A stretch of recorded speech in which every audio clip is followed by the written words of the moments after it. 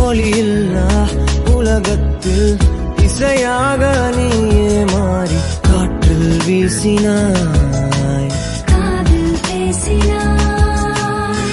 மொழியில்லா மௌனத்தில் விழியாலே வார்த்தை கோர்த்து கண்ணால் பேசினாய், கண்ணால் பேசினாய். 100 ஆண்டு உன்